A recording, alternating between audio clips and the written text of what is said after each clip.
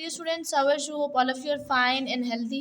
Alhamdulillah, I am also fine. Take out your CW copies of Urdu A for classwork.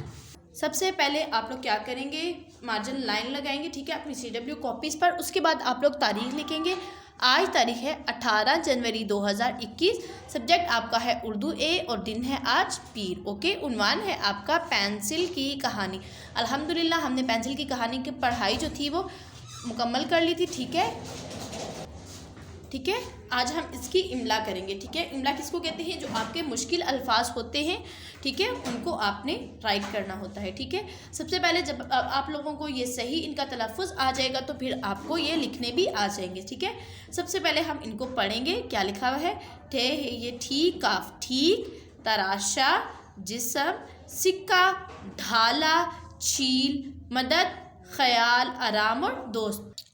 ये मैंने आपके सबक में से 10 ऐसे मुश्किल अल्फाज निकाले हैं जो मुझे लगता था कि आप लोगों को मुश्किल लगेंगे।